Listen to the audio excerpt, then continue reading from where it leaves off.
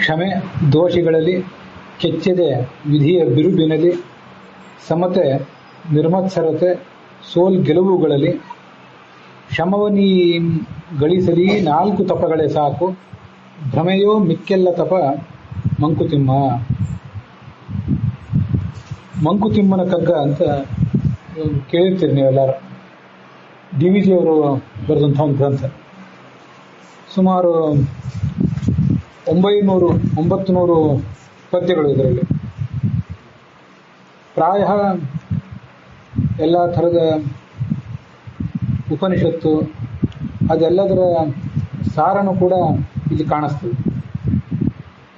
ಆದ್ದರಿಂದ ತುಂಬ ಸುಂದರವಾದಂಥ ಒಂದು ಪದ್ಯವನ್ನು, ನನ್ನ ಮನಸ್ಸಿಗೆ ಹಿಡಿಸಿದಂಥ ಒಂದು ಪದ್ಯವನ್ನು ಈಗ ನಿಮ್ಮ ಎದುರಿಗೆ ನಾನು ಓದಿದೆ.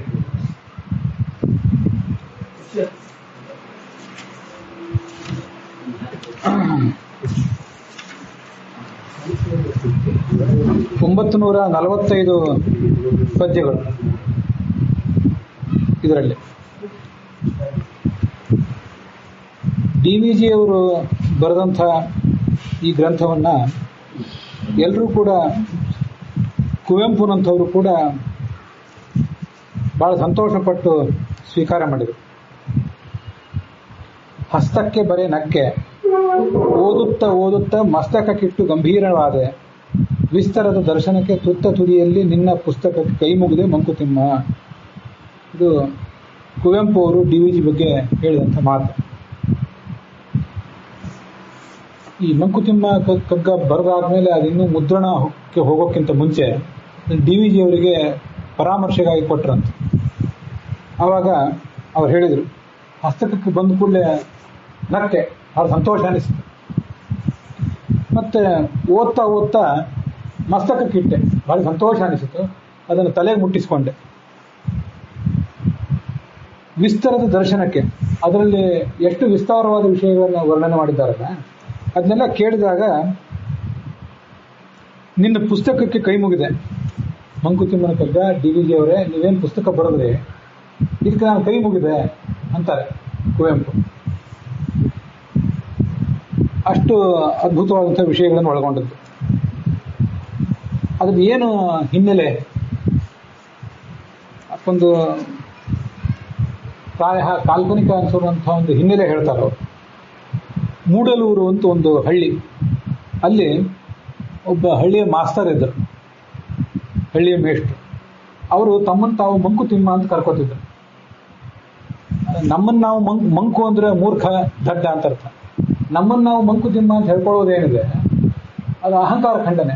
ಮನುಷ್ಯ ತಾನೇನೋ ಭಾಳ ದೊಡ್ಡ ಮನುಷ್ಯ ಅಂತ ಭ್ರಮೆ ಪಡಬಾರದು, ನಾನೊಬ್ಬ ಸಾಮಾನ್ಯ ಮನುಷ್ಯ ಅಂತ ತನ್ನ ಬಗ್ಗೆ ಹೇಳ್ಕೊತಿರ್ಬೇಕು. ಅದಕ್ಕಾಗಿ ಮಂಕುತಿಮ್ಮ ಅಂತ ಅವನು ತನ್ನನ್ನು ತಾನು ಹೇಳ್ಕೊತಿದ್ದ ಆ ಮೇಷ್ಟ್ರು. ಜನರಿಗೆ ಅವನ ಬಗ್ಗೆ ತುಂಬ ಗೌರವ ಇತ್ತು. ಹಸುವಿನಂಥ ಮನುಷ್ಯ, ಆಕಳಿನಂಥ ಮನುಷ್ಯ ಗೌರವ ಇತ್ತು. ಮಕ್ಕಳಿಗೆ ಪಾಠ ಹೇಳ್ತಿದ್ದ, ಆದರೆ ಎಂದೂ ಯಾರನ್ನು ಹೊಡಿತಿರ್ಲಿಲ್ಲ. ಕಥೆಗಳನ್ನು ಹೇಳಿ ನಗಿಸಿ ಅವ್ರಿಗೆ ತುಂಬ ಪ್ರೀತಿಯಿಂದ ಪಾಠ ಹೇಳ್ತಿದ್ದ. ಮಕ್ಕಳ ಪ್ರೀತಿಗೂ ಕೂಡ ಪಾತ್ರನಾಗಿದ್ದ. ಇವನಿಗೊಬ್ಬ ತಾಯಿನೂ ಇದ್ದ, ಅವಳು ಅರ್ಧ ಕುರುಡಿ. ಅವನ ತಂಗಿಗೆ ಮದುವೆ ಆಗಿತ್ತು, ಈ ಮಾಸ್ತರನ ಮೇಷ್ಟ್ರ ತಂಗಿಗೆ ಮದುವೆ ಆಗಿತ್ತು. ಈ ಹಳ್ಳಿ ಮೇಷ್ಟ್ರು ಮತ್ತು ಅವನ ತಾಯಿ ಇಬ್ಬರು ಸೇರಿ ಆ ತಂಗಿ ಮನೆಯಲ್ಲೇ ಇದ್ರು. ಇವ್ರು ಇರ್ಲಿಕ್ಕೆ ಬೇರೆ ಜಾಗ ಇದ್ದಿಲ್ಲ, ಅಲ್ಲೇ ಇದ್ರು. ಇವನು ಮಾತ್ರ ಏನು ಕಾರಣವೋ ಗೊತ್ತಾಗಲಿಲ್ಲ, ಮದುವೆ ಮಾಡ್ಕೊಂಡಿರಲಿಲ್ಲ. ಈ ಮೇಷ್ಟ್ರು ಮದುವೆ ಮಾಡ್ಕೊಂಡಿರಲಿಲ್ಲ.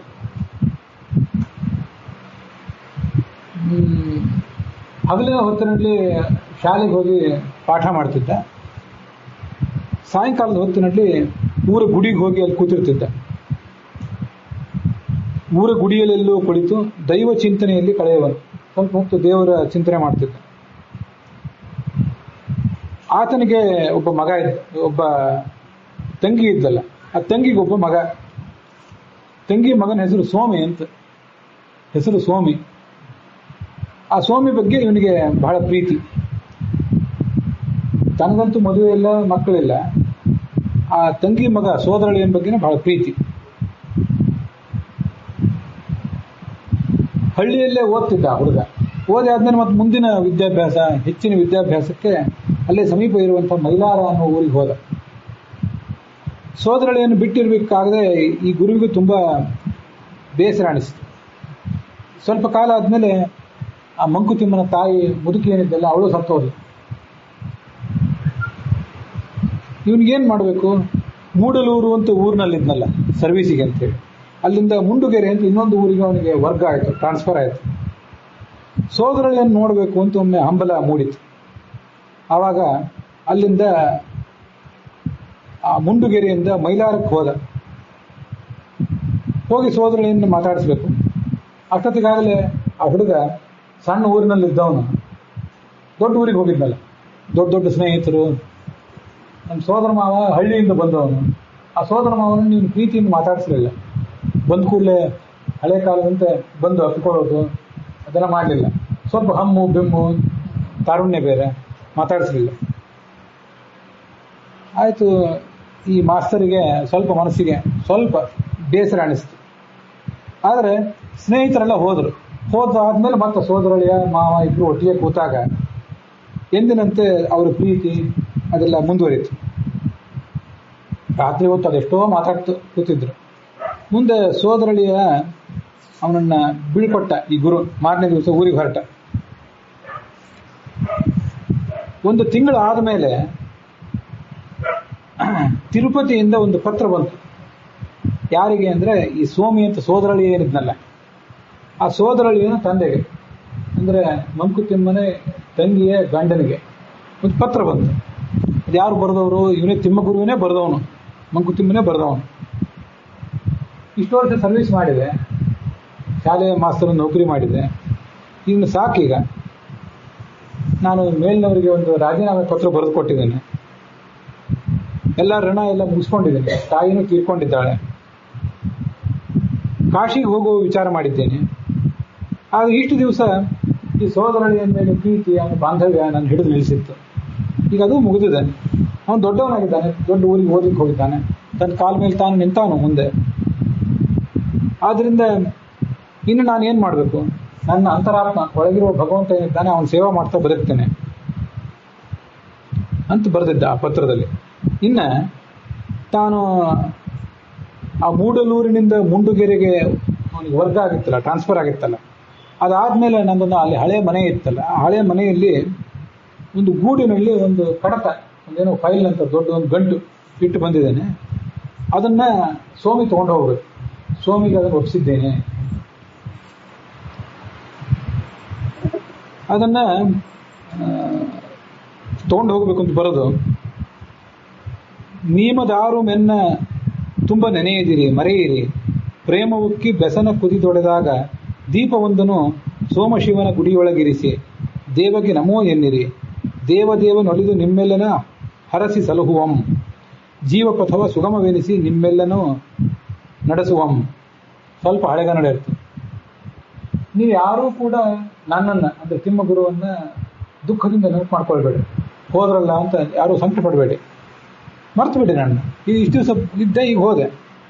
ಭಾಳ ನನ್ನ ಬಗ್ಗೆ ಏನಾದ್ರು ಪ್ರೀತಿ, ನನ್ನ ನೆನಪು ನಿಮ್ಗೆ ಉಕ್ಕಿ ಬಂದಾಗ ದೀಪ ಹಚ್ಚಿದೆ ದೇವರ ಮುಂದೆ. ಸೋಮಶಿವ ಪರಶಿವನ ಗುಡಿ ಮುಂದೆ ಒಳಗೋಗಿ ದೀಪ ಹಚ್ಚಿರಿ. ಆ ದೇವರಿಗೆ ನಮಸ್ಕಾರ ಮಾಡಿ. ಆ ದೇವ ನಿಮಗೆ ಅನುಗ್ರಹ ಮಾಡ್ತಾನೆ, ನಿಮ್ಮನ್ನೆಲ್ಲ ಆಶೀರ್ವದಿಸ್ತಾನೆ, ಸಲಹುತ್ತಾನೆ. ಜೀವಪಥ, ಈ ಜೀವನದ ಮಾರ್ಗ ಏನಿದೆ ಇದನ್ನು ಸುಗಮ ಮಾಡ್ತಾನೆ. ಸಾಕು, ನಿಮ್ಮೆಲ್ಲರನ್ನ ನಡೆಸ್ತಾನೆ ಅಂತ ಕೊನೆಯ ಮಾತು. ಇಷ್ಟೇ ಆ ಗುರು ಆಡಿದ ಮಾತು. ಇದಾದಮೇಲೆ ಆ ಸ್ವಾಮಿ ಸೋದರಳಿಯ ಆಯ್ತು, ನಮ್ಮ ಮಾವ ಅದೇನೋ ಒಂದು ದೊಡ್ಡ ಗಂಟು ಇಟ್ಟಿದ್ದಾನಲ್ಲ, ಅದನ್ನು ತೊಗೊಂಬರ್ಬೇಕು ಅಂತ ಹೋದ. ಅದನ್ನು ತೊಗೊಂಡು ಬಂದು ಅಲ್ಲಿ ಒಳಗೆ ಬಿಚ್ಚಿ ನೋಡ್ತಾನೆ, ಅದೇ ಮಂಕುತಿಮ್ಮನ ಕಗ್ಗ. ಕಗ್ಗ ಅಂದರೆ ಒಂದು ಗಂಟು, ಇದೇನೋ ಬಿರುಸ ಭಾಳ ಗಟ್ಟಿಮುಟ್ಟಾಗಿ ಕಟ್ಟಿದ ಗಂಟು. ಹೀಗೇನು ಖಡ್ಗ ಅಂತ ಒಂದು ಅರ್ಥ ಹೇಳ್ತಾರೆ. ಮಂಕುತಿಮ್ಮನ ಕಗ್ಗವನ್ನು ಅನೇಕ ಜನ ದೊಡ್ಡ ದೊಡ್ಡ ವಿದ್ವಾಂಸರೆಲ್ಲ, ಬೇರೆ ಬೇರೆ ಅನುಭವಿಗಳಾದಂಥ ಶ್ರೋತೃಗಳು ಮುಂದೆ ಪ್ರವಚನ ಮಾಡಿದ್ದಾರೆ, ಅನೇಕ ಜನ ಮಾಡಿದ್ದಾರೆ. ಅದರಲ್ಲಿ ಆ ಮಂಕುತಿಮ್ಮನ ಕಗ್ಗ ಅನ್ನೋದಿತ್ತು. ಅದನ್ನು ಮುಂದೆ ಅವರು ಈ ಥರ ಪ್ರವಚನ ಮಾಡಲಿಕ್ಕೆ ತೊಡಗಿದರು. ಅನೇಕ ಜನ ಅದನ್ನು ಪ್ರವಚನ ಮಾಡಿದರು, ಮುದ್ರಣಕ್ಕೆ ತಂದರು. ಅಲ್ಲೊಂದು ಪದ್ಯ, ಭಾಳ ಸುಂದರವಾದಂಥ ಪದ್ಯ. ಅದನ್ನೊಂದು ಸ್ವಲ್ಪ ನಾವೀಗ ನೋಡಬೇಕು. ಕ್ಷಮೆ ದೋಷಿಗಳಲ್ಲಿ ಕೆಚ್ಚದೆ ವಿಧಿಯ ಬಿರುಬಿನಲ್ಲಿ ಅಂತ ಇವತ್ತು ಆರಂಭದಲ್ಲಿ ಹೇಳಿದ್ನಲ್ಲ ಅದೇ. ಭ್ರಮೆಯೋ ಮಿಕ್ಕೆಲ್ಲ ತಪ ಮಂಕುತಿಮ್ಮ. ಎಷ್ಟೆಷ್ಟೋದ್ರೂ ತಪಸ್ಸು ಮಾಡ್ತೀವಿ ನಾವೆಲ್ಲ. ಒಂದೊಂದು ಜಾತಿ, ಒಂದೊಂದು ಜನಾಂಗ, ಬೇರೆ ಬೇರೆ ಥರದ ವ್ರತ ನಿಯಮ ಆಚರಣೆ, ಒಂದೊಂದು ಊರಿನಲ್ಲಿ ಒಂದೊಂದು ಥರದ ದೇವಸ್ಥಾನಗಳು, ಅದೆಲ್ಲ ನಾವು ಮಾಡ್ತೇವಲ್ಲ. ಉಳಿದದ್ದು ಎಲ್ಲವೂ ಭ್ರಮೆ. ಮುಖ್ಯವಾಗಿ ನಾವು ಆಚರಿಸಬೇಕಾದದ್ದು ಏನು ಅಂದರೆ, ಕ್ಷಮೆ ದೋಷಿಗಳಲ್ಲಿ ನಮ್ಮ ಸುತ್ತಮುತ್ತಲು ಅನೇಕ ಜನ ಇದ್ದಾರಲ್ಲ, ಅನೇಕ ಜನ ಇದ್ದಾರಲ್ಲ ತಪ್ಪು ಮಾಡ್ತಾರೆ. ತಪ್ಪು ನಾನೂ ಮಾಡ್ತೇನೆ. ಗಂಡ, ಹೆಂಡತಿ, ಮಕ್ಕಳು, ಬಂಧು ಬಾಂಧವರು, ಆಳು ಕಾಳು ಎಲ್ಲರೂ ತಪ್ಪು ಮಾಡ್ತಾರೆ. ಅಂಥವ್ರು ಸಿಕ್ಕಾಗ ಏನು ಮಾಡಬೇಕು? ಅವ್ರನ್ನ ಕ್ಷಮಿಸ್ಬೇಕು. ತಪ್ಪು ಮಾಡಿದ್ರು ಅಂತ ಅವ್ರ ಮೇಲೆ ಉಗ್ರವಾಗಿ ಗುಬ್ಬಿ ಮೇಲೆ ಬ್ರಹ್ಮಾಸ್ತ್ರ ಬಿಡುವುದಲ್ಲ. ಒಂದು ವೇಳೆ ನಮ್ಮ ಮೇಲೆ ಯಾರಾದರೂ ನಾವು ಮಾಡಿದ ತಪ್ಪುಗಳನ್ನು ಸಹಿಸದೆ, ನಮ್ಮ ತಂದೆ ತಾಯಿ, ನಮ್ಮ ಅಜ್ಜ ಮುತ್ತಜ್ಜ, ನಮ್ಮ ಗುರುಗಳು, ನಮ್ಮ ಹಿರಿಯರು ತಪ್ಪು ಮಾಡಿದ್ರು ಅಂತ ನಮ್ಮನ್ನೆಲ್ಲ ಚೆನ್ನಾಗಿ ದಂಡಿಸಿ ಬಿಟ್ಟಿದ್ರೆ, ಒದ್ದು ಬಿಟ್ಟಿದ್ರು, ನಮ್ಮ ಗತಿ ಏನಾಗ್ತದೆ? ಅವರೆಲ್ಲ ಕ್ಷಮಿಸಿದ್ರು ಅಂತ ಇಲ್ಲಿ ಇದ್ದೀವಿ ನಾವು ಇವತ್ತು. ಇನ್ನೊಂದ್ಸಲ ಅವ್ರು ಮಾಡಬೇಡ ಅಂತ ಸಮಾಧಾನ ಹೇಳಿದ್ರು, ಬದುಕಿದ್ದೇವೆ. ತಪ್ಪು ಮಾಡದೇ ಇದ್ದವ್ರು ಯಾರಿದ್ದಾರೆ ಈ ಜಗತ್ತಿನಲ್ಲಿ? It is human to error. ತಪ್ಪು ಮಾಡುವುದು ಮನುಷ್ಯನ ಸ್ವಭಾವ. It is divine to forgive. ಕ್ಷಮಿಸುವುದು ದೇವರ ಗುಣ. ಆದ್ದರಿಂದ ಕ್ಷಮಿಸಿರಿ. ಯಾರು ತಪ್ಪು ಮಾಡಿದ್ದಾರಲ್ಲ ಅಂಥವ್ರನ್ನ ನೀವು ಕ್ಷಮಿಸಿರಿ. ಯಾಕೆಂದ್ರೆ ಪ್ರತಿಯೊಬ್ಬರಲ್ಲಿ ಕೂಡ ಭಗವಂತ ಇದ್ದಾನೆ. ನಿಮ್ಮೊಳಗಿದ್ದಾನೆ, ನಮ್ಮೊಳಗಿದ್ದಾನೆ. ದೊಡ್ಡವರಲ್ಲಿ, ಚಿಕ್ಕವರಲ್ಲಿ, ಹೆಣ್ಣು ಗಂಡು, ಬಡವ ಬಲ್ಲಿದ, ಯಾವ ಜಾತಿ ಭೇದ, ಲಿಂಗ ಭೇದ, ವರ್ಗ ಭೇದ ಇಲ್ಲದೇನೆ ಪರಮಾತ್ಮ ಎಲ್ಲ ಕಡೆ ಇದ್ದೇ ಇದ್ದಾನೆ. ಅದರಿಂದ ಎಲ್ಲ ಕಡೆ ಇರುವಂಥ ಪರಮಾತ್ಮನನ್ನು ಕಾಣ್ರಿ. ಮಗುವಿನಲ್ಲಿದ್ದಾನೆ, ದೊಡ್ಡವರಲ್ಲಿದ್ದಾನೆ, ನೋಡಿ ಸಂತೋಷ ಪಡ್ರಿ. ಅದನ್ನ ಸಾಧ್ಯವಾದ್ರೆ ತಿದ್ದಿರಿ. ಅದಾಗದೆ ಹೋದ್ರೆ ಕ್ಷಮಿಸಿರಿ. ತಾನೇ ದೇವರೆಲ್ಲವನ್ನು ತಾನೇ ನಡೆಸ್ತಾನೆ. ಗುಣ ಗುಣೇಶು ವರ್ತಂತೆ ಭಗವದ್ಗೀತಾ ಹೇಳ್ತದೆ. ಎಲ್ಲಿಯಾದರೂ ಶತ್ರುಗಳು ಮಿತ್ರರು ಎಲ್ಲ ಕಡೆ ಸಿಗ್ತಾರಲ್ಲ, ಶತ್ರು ಮಿತ್ರ ಎಲ್ಲ ಕಡೆ ಸಮಾನರಾಗಿರ್ಲಿ ಅಂತ ಹೇಳ್ತಾರೆ. ನಮ್ಮನ್ನು ಯಾರೋ ಇವತ್ತು ಅವಮಾನಿಸ್ತಾರೆ, ಮತ್ತೊಬ್ರು ಯಾರೋ ನಮ್ಮನ್ನು ಪ್ರೀತಿಸ್ತಾರೆ. ಯಾಕೆ ಬಹಳ ಅದನ್ನು ತಲೆಗೆ ಹಚ್ಕೋತೀರಿ? ಯಾಕಂದ್ರೆ ಎಲ್ಲ ಕಡೆ ಕೆಲಸ ಮಾಡುವುದು ಸತ್ವ, ರಜಸ್ಸು, ತಮಸ್ಸು ಅನ್ನುವ ಗುಣವೇ.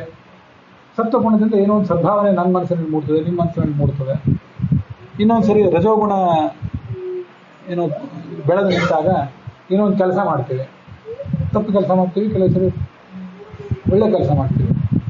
ತಮೋ ಗುಣವೇ ಎದ್ದು ನಿಂತಾಗ ಯಾರಿಗೋ ತೊಂದರೆ ಕೊಟ್ಟು ಬಿಡ್ತೀವಿ, ಅಥವಾ ನಮಗೆ ನಾವೇ ತೊಂದರೆ ಕೊಟ್ಕೊಂಡು ಬಿಡ್ತೀವಿ. ಆಲಸ್ಯ, ನಿದ್ರೆ, ದುರ್ಗುಣಗಳು ಏನೋ ಮಾಡಿಬಿಡ್ತೇವೆ. ಅಂತೂ ಎಲ್ಲಿ ಏನು ಕೆಲಸ ಮಾಡಿದ್ರು ಈಗ ಎಲ್ಲ ಕಡೆ ನಮ್ಮೆಲ್ಲರ ದೇಹದಲ್ಲೂ ಇರುವುದು ಸತ್ವ ಸಮಸ್ಯೆ. ಎಲ್ಲರ ದೇಹದಲ್ಲಿಯೂ ಹರಿಯುವುದು ರಕ್ತವೇ, ಅದು ಕೆಂಪಾಗೇ ಇರ್ತದೆ ಅಂತ ಕೇಳಿರ್ತೀವಿ ನಾವು. ಆಯಾ ಜಾತಿ ಜನವರ್ಗ ಅದಕ್ಕೆ ಸಂಬಂಧಪಟ್ಟಂತೆ ಅವರವ್ರದ್ದು ಏನೇನೋ ಆಚಾರ ವಿಚಾರ ಇರ್ತದೆ, ಅದೆಲ್ಲ ಇರಲಿ.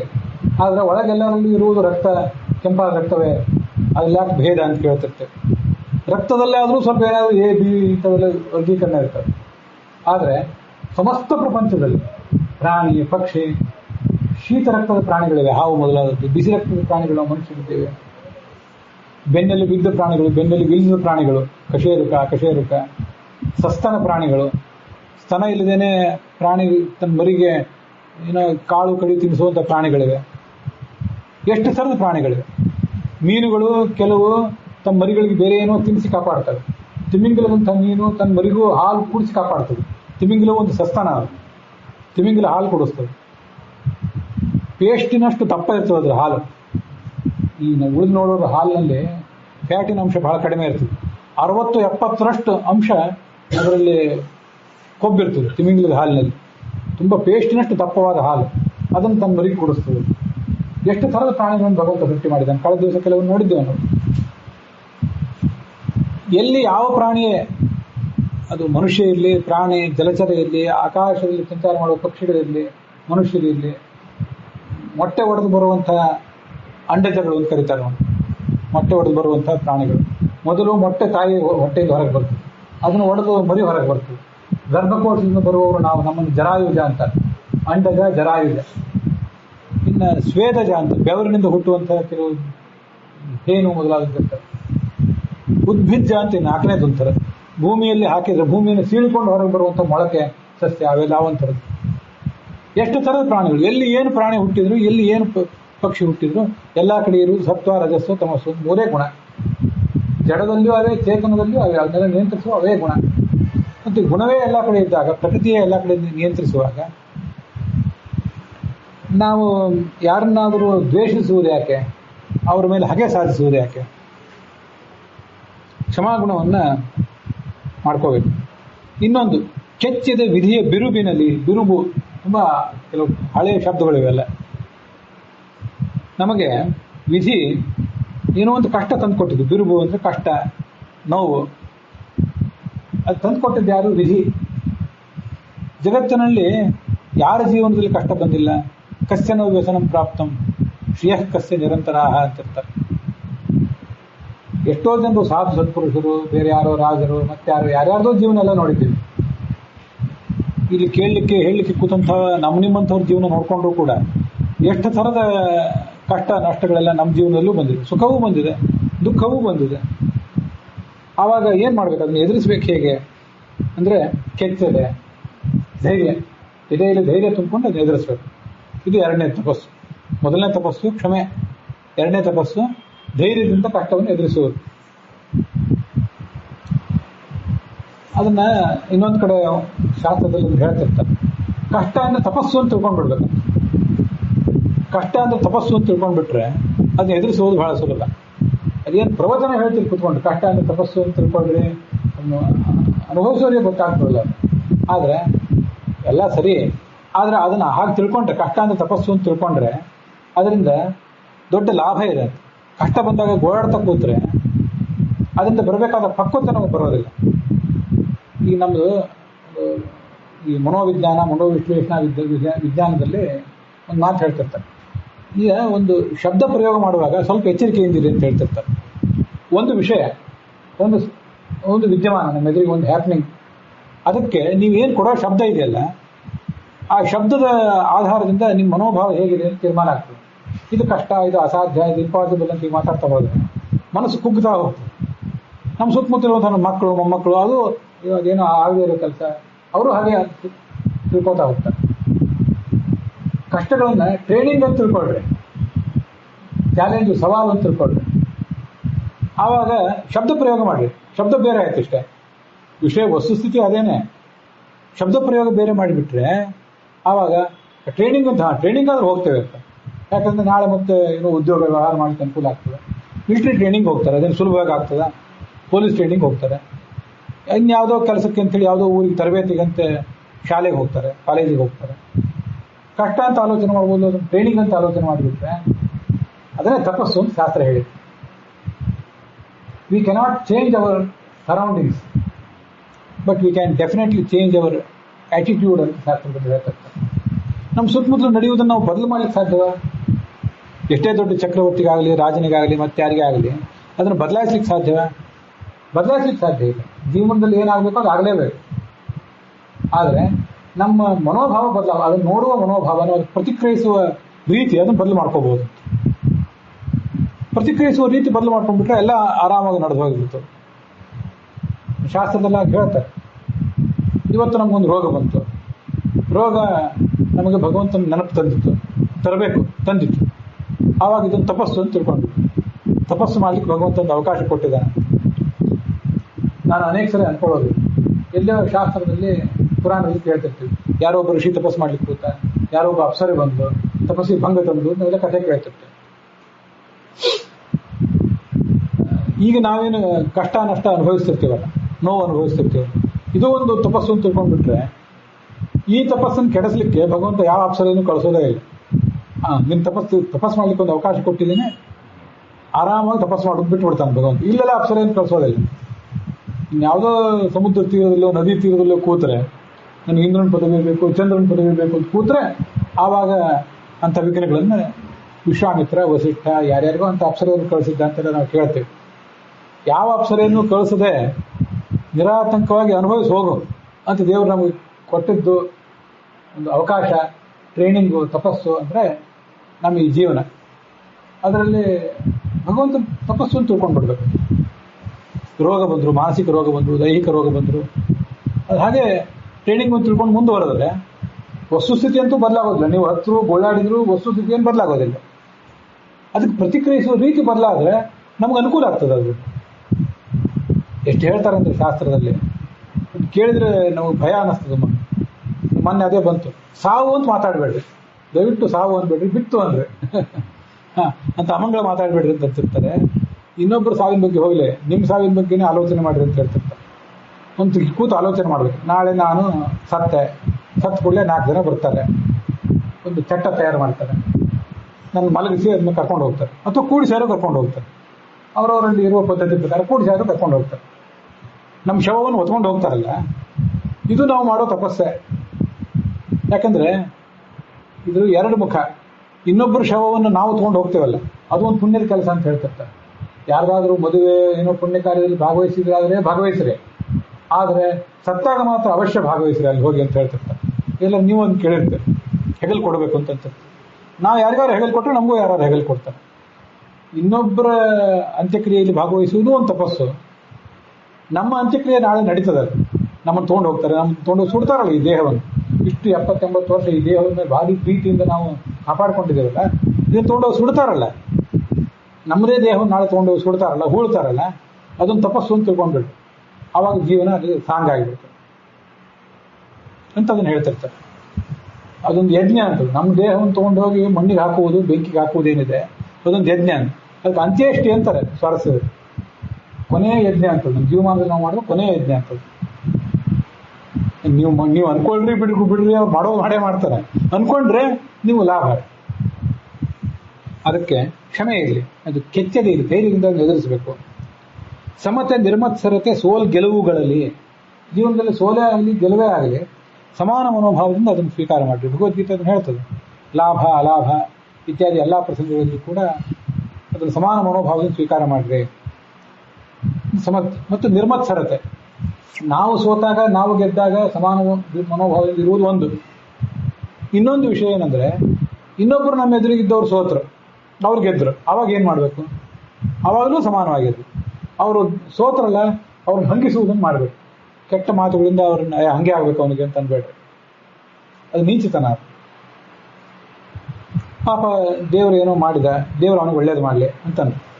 ನನಗೇ ಸೋಲು ಬಂದರೆ ದೇವ್ರು ನನ್ನ ಕಾಪಾಡಲಿ, ನನ್ನೂ ಕಾಪಾಡಲಿ, ಅವನ್ನೂ ಕಾಪಾಡಲಿ ಅನ್ರಿ. ನಾನು ಗೆದ್ದರೆ ದೇವರೇನೋ ಕಾಪಾಡಿದೆ, ಸಂತೋಷ, ಅವನ ಹೆಗ್ಗಳಿಕೆ, ನಂದೇನು ಹೆಗ್ಗಳಿಕೆ ಇದೆ. ನಮ್ಮ ಎದುರಿಗೆ ಇದ್ದರು ಪಕ್ಕದ ಮನೆಯವನು, ಮುಂದಿನ ಮನೆಯವನು ಯಾರೋ ಗೆದ್ದರೆ, ನಮ್ಮ ಶತ್ರುವೇ ಗೆದ್ದರೆ ಒಳ್ಳೇದಾಗಲಿ ಅವನಿಗೆ, ದೇವರು ಅವನಿಗೆ ಒಳ್ಳೆ ಬುದ್ಧಿ ಕೊಡಲಿ, ಅವನು ಮುನ್ನಡೆಸಲಿ ಅನ್ರಿ. ಅಲ್ಲಿ ಮುಗಿದೋಯ್ತು. ಶಮವನೀ ಗಳಿಸಲಿ 4 ತಪಗಳೇ ಸಾಕು. ಕ್ಷಮೆ, ಕೆಚ್ಚದೆ, ಮತ್ತೊಂದು ಸಮತೆ, ನಿರ್ಮತ್ಸರತೆ, ಸಮಾನವನು ಮನೋಭಾವ ಮತ್ತು ಮಾತ್ಸರ್ಯ, ಹೊಟ್ಟೆ ಕಿಚ್ಚಿಲ್ಲದೆ ಇರೋದು. ಇದೆಲ್ಲ ಒಂದು ಇವೇ 4 ತಪಸ್ಸು. ಈ ತಪಸ್ಸು ಬಿಟ್ಟರೆ ಭ್ರಮೆಯೋ ಮಿಕ್ಕೆಲ್ಲ ತಪ. ಇನ್ನು ನೀವು ಮಾಡುವ ಉಳಿದೆಲ್ಲ ತಪಸ್ಸುಗಳು ಕೂಡ ಭ್ರಮೆ ಇದು. ಉಳಿದ ತಪಸ್ಸುಗಳನ್ನು ಮಾಡು ಬಿಡು. ಬೆಳಿಗ್ಗೆ ಬ್ರಾಹ್ಮ ಮುಹೂರ್ತದಲ್ಲಿ ಎದ್ದು ಸ್ನಾನ ಮಾಡು, ಕಷ್ಟಪಟ್ಟು ಜಪ ತಪ ಮಾಡು, ಹಣೆಗೆ ಲಾಂಛನ ಹಚ್ಕೊಳ್ಳೋದು, ಕೊರಳಿಗೆ ತುಳಸಿ ಮಾಲೆ, ರುದ್ರಾಕ್ಷಿ ಮಾಲೆ ಇತ್ಯಾದಿಗಳನ್ನು ಹಾಕ್ಕೊಳ್ಳೋದು, ಬೇರೆ ಬೇರೆ ಥರದ ವಸ್ತ್ರಗಳನ್ನು ಉಡುವುದು, ಬೇರೆ ಬೇರೆ ದೇವಾಲಯಕ್ಕೆ ಹೋಗುವುದು, ಅದನ್ನು ಮಾಡು ಬಿಡು. ಯಾವ ಶ್ರಾವಣ ಮಾಸ ಅಧಿಕ ಮಾಸ ಬರಲಿ, ಅದಕ್ಕೆ ನೀನು ಅಲ್ಲಿ ಹೇಗೆ ಪ್ರತಿಕ್ರಿಯಿಸ್ತಿ, ಎಲ್ಲನೂ ವಿಷಯ ಬೇರೆ. ಇವು 4 ಇಲ್ಲದೆ ಹೋದರೆ ಅವೆಲ್ಲ ವ್ಯರ್ಥ ಆಗಿ ಹೋಗ್ತದೆ, ಅವೆಲ್ಲ ಭ್ರಮೆ ಅಂತಾರೆ. ಇದು ಅದರಲ್ಲಿ ಆ ಮಂಕುತಿಮ್ಮನ ಕಗ್ಗದಲ್ಲಿ 715ನೇ ಒಂದು ಪದ್ಯ.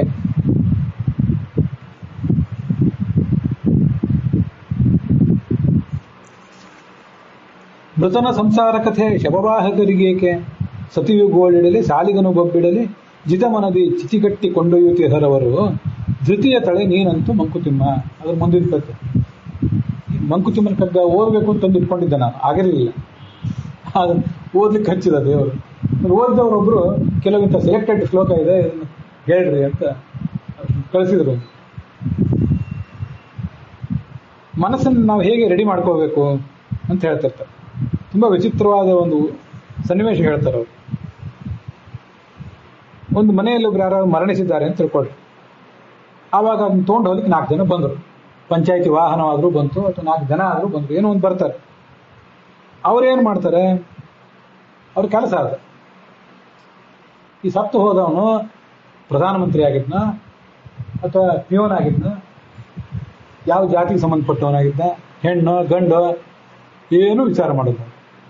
ಮೃತನ ಸಂಸಾರದ ಕಥೆ, ಅವನ ಮಕ್ಕಳೆಷ್ಟು, ಶ್ರೀಮಂತನ ಬಡವನ, ಏನೇನು ವಿಚಾರ ಮಾಡ್ಲಿಕ್ಕೆ ಹೋಗಲ್ಲ. ಸಜ್ಜನನ ದುರ್ಜನ ಅದನ್ನು ವಿಚಾರ ಮಾಡಲ್ಲ. ಅವ್ರಿಗೇನು ಶವ ತೊಗೊಂಡು ಹೋಗೋದು ಅವ್ರ ಕೆಲಸ. ಎಷ್ಟು ನಿರ್ಲಿಪ್ತರಾಗಿ ತೊಗೊಂಡು ಹೋಗ್ತಿರ್ತಾರೆ ವಿಚಾರ ಮಾಡಿದ್ರೆ, ಎಷ್ಟು ಶವ ಹೊತ್ತಿರ್ತದೆ. ಮೊದಲನೇ ಸರಿ ಶವ ಎಲ್ಲೋ ಸಾವು ನೋವು ನೋಡಿ ಅನ್ನೋ ಭಯ ಅನಿಸ್ತಿರ್ತದೆ ನನಗೆ. ನಿತ್ಯ ನೀವು ಅದನ್ನು ಹೊತ್ಕೊಂಡು ಹೋಗಿ ಹೋಗಿ ಅಭ್ಯಾಸ ಆಗಿರುತ್ತೆ. ಶವ ಅನ್ನೋ ಭಯನೇ ಕೊಡೋದಿಲ್ಲ ನಿಮ್ಗೆ. ಕೆಲವು ಸರಿ ಸಣ್ಣ ಸಣ್ಣ ಹುಡುಗರು ನಾನು ಅನೇಕ ಸರಿ ನೋಡಿದ್ದೇನೆ, 15-16 ವಯಸ್ಸಿನ ಹುಡುಗರು ಎಲ್ಲೋ ಶವ ಹೊತ್ಕೊಂಡು ಹೋಗ್ತಿದ್ರು, ಅದನ್ನು ನೋಡಿದೆ. ರಾತ್ರಿ ಅದೇ ಕನಸಲ್ಲಿ ಬಂದು ಭಯ ಆಗಿ ಗೋಳಾಡಿ ಇಂಥದ್ರು ಮಾಡ್ತಿರ್ತಾರೆ. ನಿತ್ಯ ಶವ ತೊಗೊಂಡು ಹೋಗೋವರಿಗೆ ಎಷ್ಟು ಜೀವನದಲ್ಲಿ ಎಷ್ಟು ಶವ ತೊಗೊಂಡೋಗಿರ್ತಾರೆ ಪಾಪ. ಸತಿಯು ಗೋಳಾಡಲಿ, ಸತ್ತವನ ಹೆಂಡತಿ ಗೋಳಾಡ್ತಿರ್ತಾಳೆ ಇಲ್ಲಿ ಮನೆಯಲ್ಲಿ. ಅವ್ನು ಗಂಡಾಗಿದ್ದು, ಹೆಂಡತಿ ಆಗಿದ್ರೆ ಗಂಡ ಗೋಳಾಡ್ತಿರ್ತಾನೆ. ಆಮೇಲೆ ಸಾಲಿಗನು ಬಬ್ಬಿಡಲಿ. ಒಬ್ಬ ಮನೆಯಲ್ಲಿ ಒಬ್ಬ ಸತ್ತ ಅಂತ ತಿಳ್ಕೊಡ್ರಿ. ಇವನು ಯಾರೋ ಒಬ್ಬರ ಹತ್ರ ಸಾಲ ತೊಗೊಂಡಿದ್ದೆ, ಯಾವುದೋ ಬ್ಯಾಂಕಿನಿಂದನೋ ಅಥವಾ ಯಾವನೊಬ್ಬ ಖಾಸಗಿ ಲೆಂಡರ್ನಿಂದ ಸಾಲ ತೊಗೊಂಡಿದ್ದ ಅಂತ ತಿಳ್ಕೊಡ್ರಿ. ಅವ್ನು ಕೂಡಲೇ ಅಯ್ಯೋ ನಾನು ಸಾಲ ಕೊಟ್ಟಿದ್ದೆ, ಸತ್ಬಿಟ್ನಲ್ಲ, ನನ್ನ ಗತಿ ಏನು ಅಂತ ಅವ್ನು ಓಡಿ ಬರ್ತಾನೆ. ಅವನು ರೆಡಿಯಾಗಿ ನಿಂತಿರ್ತಾನೆ. ಆದರೆ ಶವ ತೊಗೊಂಡು ಹೋಗೋರು ಅದನ್ನೇನು ವಿಚಾರ ಮಾಡಲ್ಲ. ನೀವು ಗೋಳಾಡ್ತೀರಿ, ನಮ್ದೇನು ಕೆಲಸ ಇದೆ, ನಾವಂತೂ ಹಣ ತೊಗೊಂಡು ಹೋಗ್ತೀವಿ. ಸಾಲಿಗನು ಬಬ್ಬಿಡಲಿ.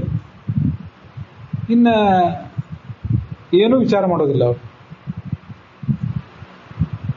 ಉದಾಸೀನ ಮನೋಭಾವದಿಂದ ಶವ ತಗೊಂಡು ಹೋಗ್ತಾ ಇರ್ತಾರೆ. ಜಿತ ಮನದಿ ಚಿತಿಗಟ್ಟಿ ಕೊಂಡೊಯ್ಯುತ್ತಿಹರವರು. ಎಲ್ಲಿ ಸ್ಮಶಾನ ಎಲ್ಲಿದೆ ಅಲ್ಲಿಗೆ ದೃಢವಾದ ಮನಸ್ಸನ್ನು ತಗೊಂಡು ಹೋಗ್ತಾರೆ. ಅವ್ರು ಹೆಚ್ಚು ವಿಚಾರಣೆ ಮಾಡೋದಿಲ್ಲ. ಆ ಥರ ಈಗ ನೋಡಿ, ಭಾರ ಹೊರುವುದು ಅಂತ ಅನ್ನೋದು ಏನಿದೆಯಲ್ಲ, ಇವತ್ತು ವಾಹನದಲ್ಲಿ ತೊಗೊಂಡು ಹೋಗ್ತಿರ್ತಾರೆ ಅದನ್ನು, ಪಂಚಾಯತಿ ವಾಹನ ಇತ್ಯಾದಿಗಳಲ್ಲಿ ಹೆಚ್ಚು ಸಮಸ್ಯೆ ಬರೋದಿಲ್ಲ. ಹೆಗಲ ಮೇಲೆ ಗೊತ್ತಾಗ್ತದೆ, ಹೆಣಭಾರ ಅಂತ ತಿರ್ತಾರೆ, ಭಾರಿ ಭಾರ ಇರ್ತದೆ. ಸಂಸಾರದ ಭಾರ ಇದೆ ಸ್ವತಃ. ಇದು ಹೆಣದ ಭಾರ ಅಂದರೆ ಸಂಸಾರದ ಭಾರ, ಸಂಸಾರದ ಮಗ. ಇದನ್ನು ನಾವು ಹೊತ್ತಿದ್ದೀವಿ, ಎಲ್ಲರೂ ಹೊತ್ತಿದ್ದಾರೆ. ಇದು ಎಲ್ಲಿಗೆ ಹೋಗಿ ಮುಟ್ಟೋದು, ಯಾವತ್ತು ಇದನ್ನು ನಾವು ಮಾಡೋದು ಅಂತ ವಿಚಾರ ಮಾಡಬೇಡ್ರಿ. 4 ಜನ ನಿಮ್ಮ ಜೊತೆ ಹೊರವರಿದ್ದಾರೆ, ಅವ್ರ ಜೊತೆ ನಡೀರಿ. ಎಲ್ಲಿ ಸ್ಮಶಾನ ಬರ್ತದೋ ಅಲ್ಲಿ ತೊಗೊಂಡೋಗಿ ಇಳಿಸ್ತಾರೆ. ಮುಂದೆ ಸ್ಮಶಾನ ಬಂದು ತಲುಪಿದ ಮೇಲೂ ಮತ್ತೇನು ತೊಗೊಂಡೋಗೋ ಅಗತ್ಯ ಇಲ್ಲ. ಎಲ್ಲಿ ತೊಗೊಂಡೋಗೋದು ಅದನ್ನು? ಸ್ಮಶಾನ ಬಂತು, ಮುಂದೆ ಊರಿದೆ, ದೇವಾಲಯ, ಅಲ್ಲಿ ತೊಗೊಂಡೋಗೋದೇನಿಲ್ವಲ್ಲ. ಈ ಕಡೆ ಹೋದರೆ ಸ್ಮಶಾನ, ಅಲ್ಲಿಂದ ಮುಂದೆ ಹೋದರೆ ಊರು, ಹನುಮಪ್ಪನ ಊರು, ಅಲ್ಲಿಗೇನೆ ಯಾರು ತೊಗೊಂಡು ಹೋಗಲ್ಲ. ಇಲ್ಲೇ ಸ್ಮಶಾನ, ಅಲ್ಲಿ ಅದ್ರ ವ್ಯವಹಾರ ಮುಗಿಸ್ಬೇಕಲ್ಲ. ಆದ್ದರಿಂದ ಯಾರನ್ನೂ ಲೆಕ್ಕ ಮಾಡಬೇಡ್ರಿ. ತೊಗೊಂಡು ಹೋಗೋ ಪ್ರಸಂಗ ಬಂದರೆ ಹೋಗಿಬಿಡ್ರಿ ಅಂತ ಅದನ್ನು ಬೇರೆ ಬೇರೆ ಕಡೆ ಹೇಳ್ತಿರ್ತಾರೆ ಶಾಸ್ತ್ರದಲ್ಲಿ, ಸಂಸ್ಕೃತ ಸುಭಾಷಿತಗಳಲ್ಲಿ. ಸತಿ ಹೀ ಗೃಹದ್ವಾರಿ. ಶವ ಮನೆ ಹೊರಡ್ತು ಅಂದರೆ, ಮನೆ ಬಿಟ್ಟು ದಾಟಿತು ಅಂದರೆ ಅಲ್ಲಿ ತನಕ ಓಡಾಡ್ತಿರ್ತಾರೆ. ಅಲ್ಲಿವರೆಗೆ ಹೆಂಡತಿ ಒಳಗೆ ಉಳಿತಾಳೆ, ನಾನು ಬರ್ತೀನಿ ಅಂತ ಅನ್ನೋಲ್ಲ ಅವ್ರು. ಆಮೇಲೆ ಮಕ್ಕಳು ಅಲ್ಲಿ ಬರ್ತಾರೆ, ಬೆಂಕಿ ಹಚ್ತಾರೆ ಅಥವಾ ಮಣ್ಣು ಹಾಕ್ತಾರೆ. ಹಾಕಿದ್ರೆ ನಾವು ಒಳಗೆ ಹೋಗಿ ಬೀಳ್ತೀವಿ ಅಂತ ಮಾತಾಡ್ತಿರ್ತಾರೆ. ಬೀಳಲ್ಲ, ಸುಮ್ಮನೆ ಮಾತಾಡ್ತಿರ್ತಾರೆ. ಇನ್ನು ನಮ್ಮನ್ನು ಕರ್ಕೊಂಡು ಹೋಗಿಬಿಡ್ರಿ, ಬೇಡ ನಮಗೆ ಜೀವನ ಅಂತ ಅಂತಿರ್ತಾರೆ. ಬಾಯಲ್ಲಿ ಹೇಳ್ತಾರೆ ಅಷ್ಟೇ. ಅದಕ್ಕೆ ಅಭಾವ ವೈರಾಗ್ಯ, ಸ್ಮಶಾನ ವೈರಾಗ್ಯ, ಪ್ರಸೂತಿ ವೈರಾಗ್ಯ ಅಂತಂತಿರ್ತಾರೆ. ನಮ್ಮದು ಸಹಜವಾದ ವೈರಾಗ್ಯ ಆಗಬೇಕು. ಅಭಾವ ವೈರಾಗ್ಯ ಅಂದರೆ ನಮ್ಮ ಹತ್ರ ಏನೋ ಒಂದು ವೈಭೋಗ ಅದು ಇಲ್ಲದೇ ಇದ್ದಾಗ ನನಗದು ಬೇಡ, ನನಗೆ ವೈರಾಗ್ಯ ಇದೆ ಅಂತ ಅನ್ನೋದಕ್ಕೇನು ಅರ್ಥ ಇಲ್ಲ. ಅದು ಬರೀ ದ್ರಾಕ್ಷಿ ಸಿಗದೆ ಹುಳಿ ಇದೆ ಅದು ಬೇಡ, ದ್ರಾಕ್ಷಿ ಸಿಗಬೇಕು ಅಂತ ಬೇಕಾಷ್ಟು ಪ್ರಯತ್ನ ಪಟ್ಟಿತ್ತು, ಸಿಗದೇ ಇದ್ದಾಗ ಅದು ಹುಳಿ ಇದೆ ನನಗೆ ಅದು ಬೇಡ ಅಂತೇಳಿ ನರಿ ಅನ್ನೋದಕ್ಕೇನು ಅರ್ಥ ಇಲ್ಲ. ಇನ್ನು ಪ್ರಸೂತಿ ವೈರಾಗ್ಯ ಅಂದರೆ ಹೆಣ್ಮಕ್ಳು ಡೆಲಿವರಿಗೆ ಹೋದಾಗ ವಿಪರೀತ ಕಂತ ಪಡ್ತಿರ್ತಾರೆ. ಯಾಕಾರು ಬೇಕೋ ಈ ಸಂಸಾರ, ಈ ಮಕ್ಕಳು ಓಡಾಡ್ತಿರ್ತಾರೆ. ಆಯಿತು, ಒಂದ್ಸರಿ ಡೆಲಿವರಿ ಆದಮೇಲೆ ಆ ಮಗುವಿನ ಮುಖ ಒಂದ್ಸರಿ ನೋಡಿಬಿಟ್ರೆ ಮತ್ತೆ ಭಗವಂತ ಮಾಯೆ ಕವಿಸಿಬಿಡ್ತಾನೆ. ನಾನು ನನ್ನ ಮಕ್ಕಳು ನಾವು ಶುರು, ಅವತರ ವಿದ್ಯಾಭ್ಯಾಸ, ಅವತರ ಲಾಲನೆ ಪಾಲನೆ, ಅವತರ ಉದ್ಯೋಗ, ಮತ್ತೆ ಮರಿ ಮಕ್ಕಳು ಮೊಮ್ಮಕ್ಕಳು. ಅದು ಅದಾತು ಒಂದು ಮಗು ಹುಟ್ಟಿದ ಮತ್ತೆ 2ನೇ ಮಗು, ಅದಂತೂ ಅಷ್ಟಂತೂ ಹಾಗೆ ಆಗ್ತದೆ. ಇವತ್ತೆಲ್ಲೋ ನೋಡ್ತಿದ್ದೆ, ಸರಾಸರಿ ನ್ಯಾಷನಲ್ ಸರಾಸರಿ ಒಂದು ದಂಪತಿಗೆ ಅಥವಾ ಒಂದು ಹೆಣ್ಣಿಗೆ 2.1 ಮಗು ಇರಬೇಕು. ನ್ಯಾಷನಲ್ ಸರಾಸರಿ, ನ್ಯಾಷನಲ್ ಆ್ಯಾವ್ರೇಜ್. ಅದು ಅಷ್ಟಿದ್ರೆ ಜನಸಂಖ್ಯೆ ಮುಂದುವರೆದಿರ್ತದಂತ. ನಾಳೆ ವೃದ್ಧರಾದವರು ನೋಡ್ಕೊಳ್ಳಿಕ್ಕೆ ಒಂದಿಷ್ಟು ಜನ ಉಳಿತಾರೆ. ಎಲ್ಲರೂ ಸಮಾಜದಲ್ಲಿ ಎಲ್ಲರೂ ವೃದ್ಧರೇ ಆಗೋದು, ನೋಡ್ಕೊಳ್ಳೋರು ಯಾರು, ದುಡಿಯೋರು ಯಾರು ಸಮಸ್ಯೆ ಬರ್ತದೆ. ಅದರಿಂದ ಮಕ್ಕಳು, ಯುವಕರು ಮತ್ತು ವಯಸ್ಸಾದವರು ಇದೆಲ್ಲವೂ ಸರಿಯಾದ ಒಂದು ಅನುಪಾತದಲ್ಲಿದ್ದರೆ ಸಮಾಜ ಮುಂದೆ ನಡೀತಿರ್ತದೆ. ಅದಕ್ಕೆ 2.1 ನ್ಯಾಷನಲ್ ಆವರೇಜ್ ಬೇಕಂತ. ಇಲ್ಲಿವರೆಗೆ ನಮ್ಮ ಭಾರತ ದೇಶದಲ್ಲಿ ಆ ಜನಸಂಖ್ಯೆ ಜಾಸ್ತಿಯಾಗಿ ಒದ್ದಾಡ್ತಿದ್ವಿ. ಅದೀಗ 2.1ಗಿಂತ ಕಡಿಮೆ ಬಂದಿದೆ ಅಂತ. ಕೆಲವು ಕಡೆ 1.5 ಆಗಿದೆ, ಆಂಧ್ರ ಪ್ರದೇಶ ಮೊದಲಾದ ಕಡೆ. ಈಗ ಮತ್ತೆ ಸ್ವಲ್ಪ ಹೆಚ್ಚು ಮಕ್ಕಳನ್ನ ಹೆರ್ರಿ, ನಾವು 30,000 ಕೊಡ್ತೀವಿ, 40,000 ಕೊಡ್ತೀವಿ ಅಂತ ಸರ್ಕಾರಗಳು ಶುರು ಮಾಡಿದೆ. ಕೆಲವು ಕಡೆ 1.3 ಬಂದಿದೆ. ಚೈನಾ, ಜಪಾನ್ ಅಂತೂ ಬಹಳ ಸಮಸ್ಯೆ ಆಗೋದು, 1ಕ್ಕಿಂತ ಕಡಿಮೆ ಬಂದ್ಬಿಟ್ಟು. ಅಂತೂ ಅದು ಮತ್ತೊಂದು ಹೆಚ್ಚಾಯ್ತಿಲ್ಲ, ಕಡಿಮೆ ಆಗ್ತದೆ. ಪ್ರಕೃತಿ ಅದನ್ನು ನೋಡ್ಕೋತದೆ. ಕಡಿಮೆ ಆಯ್ತಿಲ್ಲ, ಮತ್ತೆ ಸರಿ ಆಗ್ತದೆ. ಇನ್ನೊಂದು ಹೆರ್ಲಿಕ್ಕೆ ತಯಾರಾಗ್ತಾರೆ ಮಕ್ಕಳು, ಬೇಕು ಅಂತಿರ್ತಾರೆ. ಜಗತ್ತಿನಲ್ಲಿ ನಡೀತಿರ್ತದೆ. ಅದಕ್ಕಾಗಿ ಉದಾಸೀನನಾಗಿ ಅದನ್ನ ನಡೆಸಬೇಕು. ನಿನ್ನ ಹೆಣವನ್ನು ನೀನೇ ಹೊತ್ತು ಸಾಗಿಸಬೇಕು. ಅಣ್ಣ ಬಾ ತಮ್ಮ ಬಾ ಎಂದು ಅಳುವುದೇಕೋ, ನಿನ್ನೊಡಲೇ ಚಿತೆ ಜಗದ ತಂಟೆಗಳೇ ಸವುದೇ ಯುರಿ, ಮಣ್ಣೇ ತರ್ಪಣ ನಿನಗೆ ಮಂಕುತಿಮ್ಮ. ನಾನು ತೀರ್ಕೊಂಡ್ರೆ ನಾನು ಹೆಣ ಇನ್ನೊಬ್ರು ತಗೊಂಡು ಹೋಗ್ತಾರೆ. ಇಲ್ಲಿ ಹೆಣ ಅಂತ ಇವ್ರು ಏನು ಹೇಳೋದು ಅಂತ ರೂಪಕ ಅದ. ನಿನ್ನ ಭಾರ, ನಿನ್ನ ಸಂಸಾರದ ಭಾರ ನೀನೇ ಹೊರಬೇಕು. ನಿನ್ನ ಹೆಣ ನೀನೇ ಹೊತ್ತು ಸಾಗಿಸ್ಬೇಕು ಅಂತ ಅರ್ಥ. ನಿನ್ನ ಜವಾಬ್ದಾರಿ ಸಂಸಾರ ನೀನು ಕಟ್ಕೊಂಡಿದೆಯಲ್ಲ, ನೀನೇ ಹೊತ್ತು ಸಾಗಿಸ್ಬೇಕು ಅಂತ ಅರ್ಥ. ಅಣ್ಣ ಬಾ, ಯಾರೋ ಒಬ್ಬರು ದೊಡ್ಡವ್ರು ಕಂಡ್ಕೊಳ್ಳಿ, ಅಣ್ಣ ಬನ್ರಿ ಸ್ವಲ್ಪ ನಂಗೆ ಸಹಾಯ ಮಾಡ್ರಿ ಅಂತ ಅನ್ನೋದಕ್ಕೆ ಏನು ಅರ್ಥ ಇದೆ? ತಮ್ಮ ಬಾ, ಬನ್ರಿ ಬೀಗರೆ ಇನ್ನೊಬ್ಬರನ್ನ ಕೇಳೋದಕ್ಕೆ ಏನು ಅರ್ಥ ಇದೆ? ಸುಖ ಬೇಕು ಅಂತ ನೀನೇ ಕಟ್ಕೊಂಡಿದ್ದೆ, ಅದ್ರ ಸುಖ ನೋವು ನಲಿವು ಎರಡು ನೀನೇ ಅನುಭವಿಸ್ಬೇಕು. ಅಣ್ಣ ಬಾ ತಮ್ಮ ಬಾ ಅಂತ ಅಳುವುದು ಯಾತಕ್ಕೆ?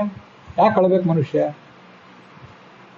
ಸರಿ, ಹಾಗಾದ್ರೆ ಮಾಡಿದ್ದುಣ್ಣೋ ಮಹಾರಾಯ ಅಂತೇಳಿ ನೀನೇ ಅನುಭವಿಸ್ಬೇಕಷ್ಟೇ ಅದನ್ನ. ಆಯ್ತು, ಕೊನೆ ಕಾಲಕ್ಕೆ ಸ್ಮಶಾನ, ಅಲ್ಲಿ ಬೆಂಕಿ ಹಚ್ಚುವುದು ಅಥವಾ ಮಣ್ಣಿನಲ್ಲಿ ಹೂಳುವುದು ಅದು ವಿಷಯ ಬೇರೆ.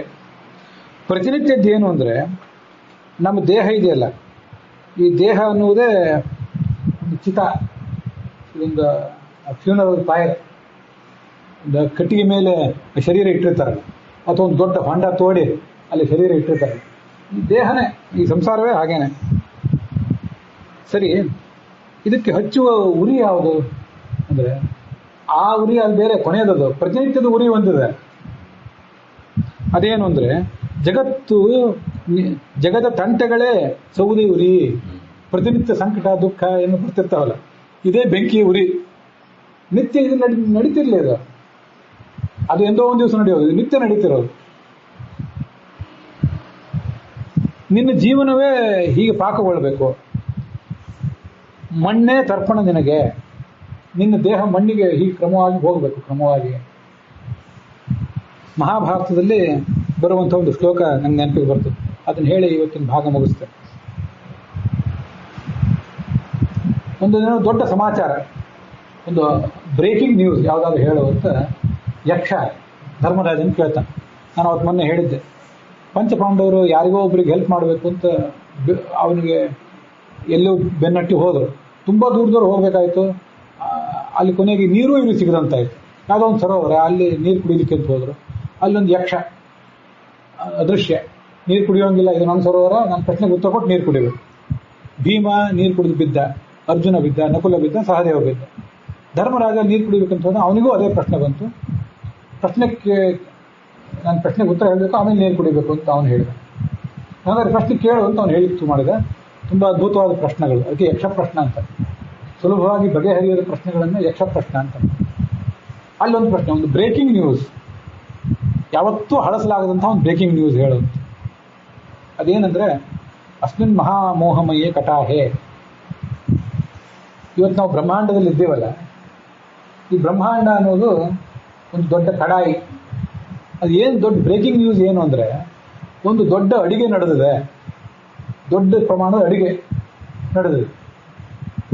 ಆ ಅಡಿಗೆ ನಡೆದಿದೆ, ಒಬ್ಬರು ಅಡಿಗೆ ಮಾಡ್ತಿದ್ದಾರೆ, ಒಬ್ಬರು ಅಡಿಗೆಯವ್ರನ್ನ ಕರೆಸಿದ್ದೀವಿ, ಒಳ್ಳೆ ತಜ್ಞರಾದ ಅಡಿಗೆಯವರು, ಅವ್ರನ್ನ ಕರೆಸಿದ್ದೀವಿ, ಅಡಿಗೆ ನಡೆದಿದೆ. ಇದೊಂದು ಬ್ರೇಕಿಂಗ್ ನ್ಯೂಸ್. ಅದು ಏನು ಅಡಿಗೆ? ದೊಡ್ಡ ಪ್ರಮಾಣದ ಅಡಿಗೆ, ಅಂದ್ರೆ ಏನದು ಅಂದ್ರೆ ಅಡಿಗೆ ನಡೆದಾಗ ದೊಡ್ಡ ಕಡಾಯಿ ಇಟ್ಟಿರ್ತಾರೆ ನೋಡಿ, ಕಬ್ಬಿಣದ ಕಡಾಯಿ, ಅದರೊಳಗೆ ಹುಗ್ಗಿ ಇತ್ಯಾದಿಗಳನ್ನು ಬೇಯಿಸ್ತಿರ್ತಾರೆ. ಈ ಬ್ರಹ್ಮಾಂಡ ಅನ್ನುವುದು ದೊಡ್ಡ ಕಡಾಯಿ, ಅದನ್ನ ಹಚ್ಚಿಟ್ಟಿದ್ದಾರೆ. ಅದಕ್ಕೆ ಅಗ್ನಿ ಯಾವುದು ಅಂದ್ರೆ ಸೂರ್ಯನೇ ಅಗ್ನಿ. ಸೂರ್ಯನ ಕಿರಣಗಳು ನಿತ್ಯ ನಾವು ಸಿಗ್ತಾ ಇವೆ, ಅದೇ ಅಗ್ನಿ. ಉರುವಲು ಸೌದೆ ಯಾವುದು? ಇಟ್ಟಿಗೆ ಬೇಕಲ್ಲ, ಅದ್ಯಾವುದು ಅಂದ್ರೆ ಹಗಲು ರಾತ್ರಿಗಳು ಇವೇ ಅದಕ್ಕೆ ಉರುವಲು, ಸೌದೆ, ಫ್ಯೂಯಲ್. ಆ ಹಗಲು ರಾತ್ರಿ ಅನ್ನೋದಕ್ಕೆ ನಾವು ಸೂರ್ಯ ಅನ್ನೋ ಬೆಂಕಿಯನ್ನು ಹಚ್ಚಿದ್ದೀವಿ, ಕಡಾಯಿ ಉರಿತದೆ. ಆಮೇಲೆ ಇದು ನಿಮ್ಗೆ ಗೊತ್ತು, ದೊಡ್ಡ ಪ್ರಮಾಣದ ಅಡಿಗೆ ನಡೆದಾಗ, ಅನ್ನ ನಡೆದಾಗ ಅಷ್ಟು ವಿಚಾರ ಬರೋದಿಲ್ಲ. ಅನ್ನ ನಡೆದಾಗ ನೀವು ನಡುವೆ ಸೌಟ್ ಹಾಕಿ ತಿರುಗಬೇಕಾಗಿಲ್ಲ, ಒಂದು ಸ್ವಲ್ಪ ಹೊತ್ತಾದ್ಮೇಲೆ ಅನ್ನ ತಾನೇ ಆಗಿ ಹೋಗ್ತದೆ. ಆದರೆ ಹುಗ್ಗಿನ ಮತ್ತೊಂದು ಯಾವುದು ಕೆಲವು ಭಕ್ಷ್ಯ ವಿಶೇಷಗಳನ್ನು ಮಾಡುವಾಗ ಇಲ್ಲ ನಡುವೆ ಕೈ ಹಾಕಬೇಕಾಗ್ತದೆ, ಕೈ ಹಾಕಿ ತಿರುಗಬೇಕಾಗ್ತದೆ. ಇಲ್ಲದೆ ಹೋದರೆ ಅದು ತಳ ಹೊತ್ತೆ ಹೋಗ್ತದೆ. ಈ ಅಡಿಗೆ ಮಾಡುವ ವ್ಯಕ್ತಿ ಅಲ್ಲಿ ಒಂದು ಸೌಟು ತಿರುಗುತ್ತಾ ಇದ್ದಾನೆ. ಏನು ಸೌಟು ಅಂದ್ರೆ ಮಾಸ ಋತು, ಹಗಲು ರಾತ್ರಿಗಳು ಇದಕ್ಕೆ ಉರುವಲು, ಈ ಅಡಿಗೆಗೆ. ಹಗಲು ರಾತ್ರಿ ಆದಮೇಲೆ ಶುಕ್ಲ ಪಕ್ಷ, ಕೃಷ್ಣ ಪಕ್ಷ ಅಂತ ಬರ್ತಾವಲ್ಲ, ಅದಾದ್ಮೇಲೆ ಮಾಸ ಬರ್ತದಲ್ಲ. 2 ಮಾಸ ಒಂದ್ಸರಿ ಕಳೆದ್ಕೊಳ್ಳೆ ಒಂದು ಋತು ಆಗ್ತದೆ. 12 ಮಾಸ ಒಂದು ವರ್ಷಕ್ಕೆ. ಅದರಲ್ಲಿ 6 ಋತುಗಳಿರ್ತವೆ. ಚೈತ್ರ ವೈಶಾಖ 2 ಸೇರಿ ವಸಂತ ಋತು, ಗ್ರೀಷ್ಮ ಸೇರಿ ಜ್ಯೇಷ್ಠ ಆಷಾಢ 2 ಸೇರಿ ಗ್ರೀಷ್ಮ ಋತು, ಹೀಗೆಲ್ಲ ಇರ್ತಿರ್ತವೆ. ಆ ಮಾಸ ಮತ್ತು ಋತು ಅನ್ನೋದೇ ಒಂದು ಸೌಟು. ಅದು ನಿಂಗೆ ತಿರುಗಾಡ್ತಾ ಇದ್ದಾನ ಅವನು, ಆ ಅಡಿಗೆ ಮಾಡುವವನು. ಆಯ್ತು, ಏನು ಆ ಕಡಾಯಿ ಒಳಗೆ ಇರೋದೇನು ಅದನ್ನ ಹೇಳ್ರಿ, ಅಡಿಗೆ ಮಾಡುವವ್ರು ಯಾರು ಅದನ್ನ ಹೇಳ್ರಿ. ಅಲ್ಲಿರೋ ತತ್ವ ಅದೇನಂದ್ರೆ ಭೂತಾನಿ ಕಾಲ ಪಚತೀತಿ ಪಾರ್ಥ. ದೊಡ್ಡ ಬ್ರೇಕಿಂಗ್ ನ್ಯೂಸ್ ಏನಂದ್ರೆ ಎಲ್ಲ ಭೂತಗಳನ್ನ, ಭೂತ ಅಂದ್ರೇನು ದೆವ್ವ ಪಿಶಾಚಿ ಅಲ್ಲ, ನಾವೆಲ್ಲ ಭೂತಗಳೇ.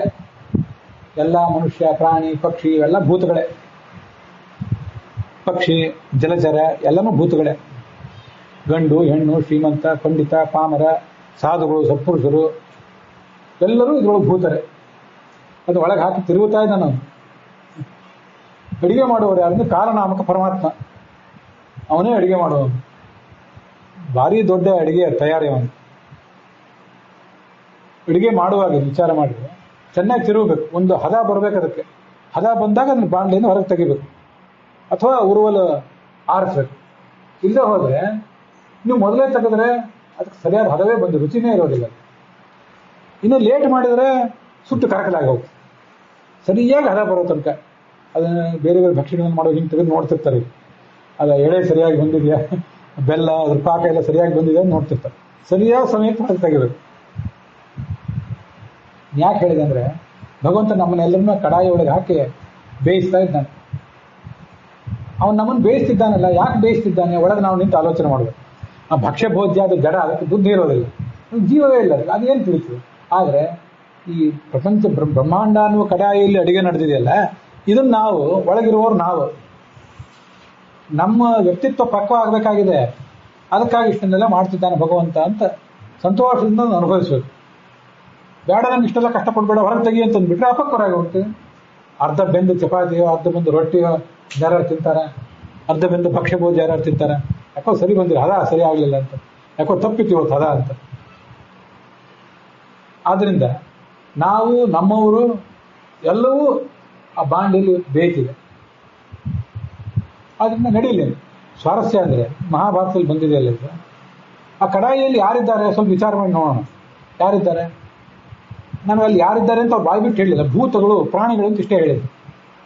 ನಾನು ಸ್ವಲ್ಪ ಅದನ್ನು ಮತ್ತಷ್ಟು ಆಲೋಚನೆ ಮಾಡಿದಾಗ ಅಲ್ಲಿ ಪಾಂಡವರಿದ್ದಾರೆ, ಅಲ್ಲಿ ಕೌರವರಿದ್ದಾರೆ, ಎಲ್ಲರೂ ಅದೇ ಕಡೆಯಲ್ಲಿ ಎಲ್ಲಿ ಬಿಟ್ಟು ಎಲ್ಲಿ ಹೋಗೋರಿದ್ದಾರೆ. ಇಲ್ಲಿಯವರೆಗೆ ಪ್ರಪಂಚ ಸೃಷ್ಟಿಯಾಗಿ ಎಷ್ಟು 195 ಕೋಟಿ ವರ್ಷ ಆಯ್ತಂತೆ.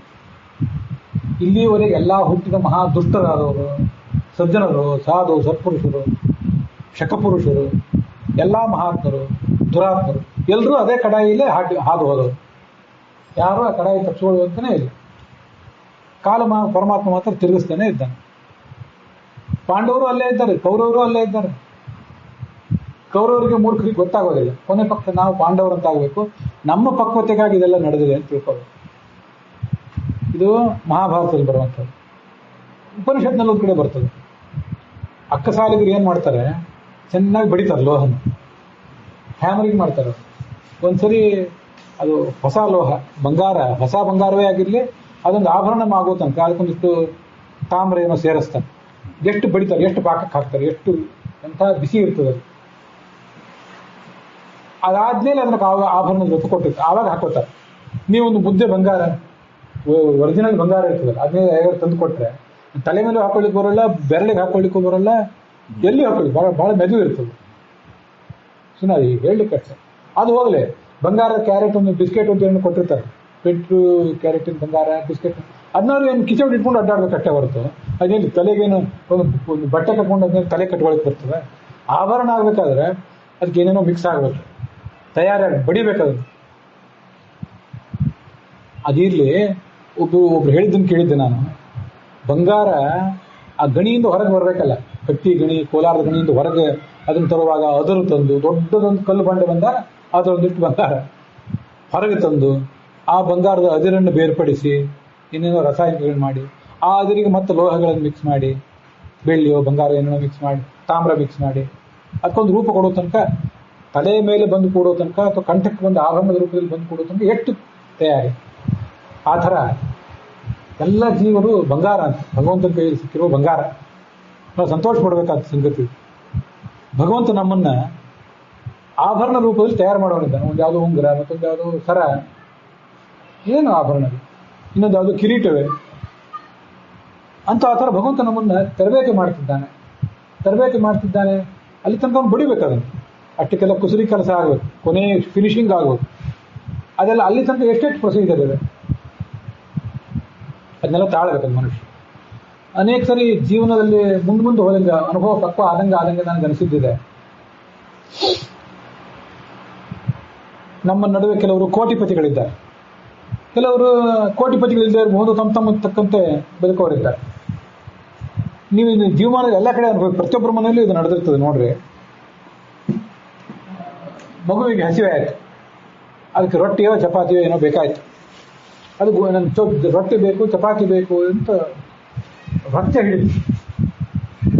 ಕೋಟಿಪತಿಯ ಮನೆಯೇ ಆಗಲಿ, ಸಾಮಾನ್ಯನ ಮನೆಯೇ ಆಗಲಿ, ಹಿಟ್ಟು ತೆಗೆದು ಅದನ್ನು ಕಲಸಿ, ಅದನ್ನು ನಾದಿ, ಅದನ್ನು ಬಡಿದು, ಅದು ಒಲೆ ಮೇಲೆ ಹೋಗೋ ತನಕ ಅದು ಕೋಟಿಪತಿ ಮನೆಗೂ ಸಮಾನ, ಸಾಮಾನ್ಯ ಮನುಷ್ಯನ ಮನೆಗೂ ಅದು ಸಮಾನ. ಅಲ್ಲೊಂದು ಕಾಲ ಇದೆ, ಆ ಕಾಲ ಮಗುವಿಗೆ ಗೊತ್ತಾಗೋದು, ಅದು ಹೀಗೇ ಬೇಕು ಅಂತ.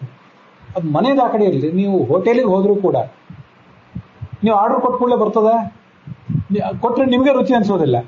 ತಡೀರಿ ಒಂದು ಸ್ವಲ್ಪ ಅಂತ, ಅವ್ನು ತಡಿ ಅಂತ ಹೇಳ್ತಾನೆ, ನೀವು ತಡಿಬೇಕು. ನೀವು ಕೆಲವು ಯಾವುದೋ ಶೀತ ಪದಾರ್ಥಗಳಿದ್ದ ಕೂಡಲೇ ಫ್ರಿಜ್ನಿಂದ ತೆಗೆದು ಕೊಡ್ಬೋದು. ರೊಟ್ಟಿ ಚಪಾತಿ ಉದಾಹರಣೆ ಯಾಕೆ ಕೊಟ್ಟೆ ಅಂದರೆ, ಪ್ರಾಯ ಅನ್ನ ಮಾಡುವುದಕ್ಕಿಂತ ಹೆಚ್ಚು ಕಷ್ಟ ರೊಟ್ಟಿ ಚಪಾತಿ ಮಾಡೋದು. ಅನ್ನ ಒಂದು ಕಡೆ ಇಟ್ಬಿಟ್ರೆ ತಾನೇ ಆಗ್ತಿರ್ತದೆ, 10 ನಿಮಿಷದಲ್ಲಿ ಅದು ಕುಕ್ಕರ್ನಲ್ಲಿ ಅನ್ನನೂ ಬೆಂದು ಹೋಗ್ತದೆ. ಆದರೆ ರೊಟ್ಟಿ ಚಪಾತಿ ಮಾತ್ರ ಒಂದಿಷ್ಟು ನಿರ್ದಿಷ್ಟ ಸಮಯ ಬೇಕೇ ಬೇಕು. ಮಗುವಿಗೆ ಗೊತ್ತಾಗೋದು, ಈಗ ಬೇಕು, ಈಗಲೇ ಬೇಕು. ಆ ವಿಳಂಬ ಜೀವನದಲ್ಲಿ ಒಂದು ವಿಳಂಬ ಇದೆ. ರೊಟ್ಟಿ ಚಪಾತಿ ಅಂದರೆ, ರೊಟ್ಟಿ ಚಪಾತಿ ಒಂದು ಗಡಿಗೆ, ಬಹಳ ಹಿಂಸೆ ನೋಡಿದ್ರು. ಗಡಿಗೆನೂ ಒಂದು ನಮ್ದೆಲ್ಲ ಗಡಿಗೆ, ದೇಹ ಗಡಿಗೆ ಇದ್ದಂಗೆ. ಆ ಗಡಿಗೆನ ಮುಂಜಾನೆದ್ದು ಕುಂಬಾರಣ್ಣ ಊಟ ಮಾಡಿ ಆ ಮಣ್ಣು ನೀರು ತುಳಿದು, ಎಲ್ಲಿಂದೋ ಮಣ್ಣು ತರಬೇಕು ತಂದು ಇಟ್ಟಿರ್ತಾನೆ, ತುಳಿದು ಅದಕ್ಕೊಂದು ರೂಪ ಕೊಟ್ಟು, ಅದನ್ನು ಬಿಸಿಲಿನಲ್ಲಿಟ್ಟು, ಅದನ್ನು ಮತ್ತೆ ಬೆಂಕಿಗಿಟ್ಟು, ಅದಕ್ಕೊಂದೇನು ಕೆಲವು ಸರಿ ಫಿನಿಶಿಂಗ್ ಕೊಡ್ಬೇಕಾಗ್ತದೆ, ಕೆಲವು ಸರಿ ಸಾದಾ ಮಾಡಿಕೆ ಸಾಕಾಗ್ತದೆ. ಎಷ್ಟು ಅಲ್ಲೊಂದು ಕಾಲ ಇದೆಯಲ್ಲ, ಅದಕ್ಕಾಗಿ ಮನುಷ್ಯ ಕಾಯಬೇಕು. ಅದು ಮಗುವಿಗೆ ತಿಳಿಯೋದಿಲ್ಲ, ದೊಡ್ಡವರಿಗೆ ಚಪಾತಿ ಗೊತ್ತಿರ್ತದೆ, ತಾಯಿಗೆ ಗೊತ್ತು, ತಂದೆಗೆ ಗೊತ್ತು. ಅಲ್ಲಿ ತನಕ ಅವ್ರು ಕಾಯ್ತಾರೆ. ಅದನ್ನು ನಾವು ಜೀವನದಲ್ಲಿ ಕಾಯುವುದನ್ನು ರೂಢಿ ಮಾಡಿಕೊಂಡ್ರೆ ಪ್ರತಿಯೊಂದಕ್ಕೂ ಒಂದು ಸಮಯ ಇದೆ. ಆ ಸಮಯ ಬಂದಾಗಲೇ ಆ ಕೆಲಸ ಆಗೋದು. ಅಲ್ಲಿ ತನಕ ಯಾವ ಕೆಲಸನೂ ನಡೆಯೋದಿಲ್ಲ, ಅಡುಗೆನೂ ನಡೆಯೋಲ್ಲ, ಬಂಗಾರವೂ ಸಿಗೋಲ್ಲ. ನಮಗೆ ಬೇಕಾದಂಥ ಒಳ್ಳೆಯ ಆಭರಣ ಬೇಕು, ನಮ್ಗೆ ಇಂಥ ಟೇಲರ್ ಮೇಡ್ ಆಭರಣ, ಗಿರಾಕಿಗೆ ಪ್ರತ್ಯೇಕವಾಗಿ ಮಾಡಿದ ಆಭರಣ ಬೇಕು ಅಂದರೆ ಸ್ವಲ್ಪ ದಿವಸ ಕಾಯಬೇಕು. ಇಲ್ಲಿ ಹೋದ್ರೆ ಅಂಗಡಿಲಿ ಹೋಗಿ ರೆಡಿಮೇಡ್ ತೊಗೊಂಡ್ಬರ್ಬೇಕು, ಅದಕ್ಕೆ ಅಡ್ಜಸ್ಟ್ ಮಾಡ್ಕೊಂಡು. ಬಟ್ಟೆ ಬರೀ ಎಲ್ಲನೂ ಹಾಗೆ, ಎಲ್ಲದಕ್ಕೂ ಒಂದೊಂದು ಸಮಯ ಇದೆ, ಪ್ರತಿಯೊಂದಕ್ಕೂ ಅದರದೇ ಆದ ಕಾಲ ಇದೆ. ಕಾಲದ ಅಂತರವನ್ನು ಅರ್ಥ ಮಾಡ್ಕೋಬೇಕು. ಒಂದು ಪಕ್ವತೆ, ಪ್ರೊಸೆಸ್ ನಡೆದಿದೆ ಪ್ರತಿಯೊಬ್ಬ ಜೀವನದಲ್ಲೂ ನೋಡಿದ್ವಿ. ಎಲ್ಲ ಜಾತಿ, ಎಲ್ಲ ಜನಾಂಗ, ಮನುಷ್ಯ, ಪ್ರಾಣಿ, ಪಕ್ಷಿ, ಸ್ತ್ರೀ, ಪುರುಷ, ಪಂಡಿತ ಪಾಮರ ಎಲ್ಲರ ಜೀವನದಲ್ಲೂ ಒಂದು ಪ್ರಕ್ರಿಯೆ ನಡೆದಿದೆ ಅಂತ ತಿಳ್ಕೊಂಡ್ರೆ ಜೀವನದ ಹಿಂದಿನ ಉದ್ದೇಶ ನಮ್ಗೆ ಅರ್ಥ ಆಗ್ತದೆ. ಚಿಕ್ಕ ಮಕ್ಕಳಿಗೆ ಅರ್ಥ ಆಗ್ತಿರೋದಿಲ್ಲ, ಕ್ರಮವಾಗಿ ಪಕ್ವತೆ ಬಂದಂತೆ ಅರ್ಥ ಆಗ್ತದಲ್ಲ, ನಮಗೂ ಆಧ್ಯಾತ್ಮಿಕ ಪಕ್ವತೆ ಬಂದರೆ ಎಲ್ಲ ಅರ್ಥ ಆಗ್ತದೆ ಅನ್ನೋದನ್ನ ಮಂಕುತಿಮ್ಮನ ಕಗ್ಗದಲ್ಲಿ ಬಂದದನ್ನು ಎರಡನ್ನ ಇವತ್ತು ನಿಮ್ಮ ಎದುರಿಗೆ ಹಂಚ್ಕೊಂಡಿದ್ದೇನೆ. ಅಲ್ಲಿಗೆ ಇವತ್ತಿನ ಈ ಭಾಗ ಸಮಾಪ್ತ ಆಗಿದೆ.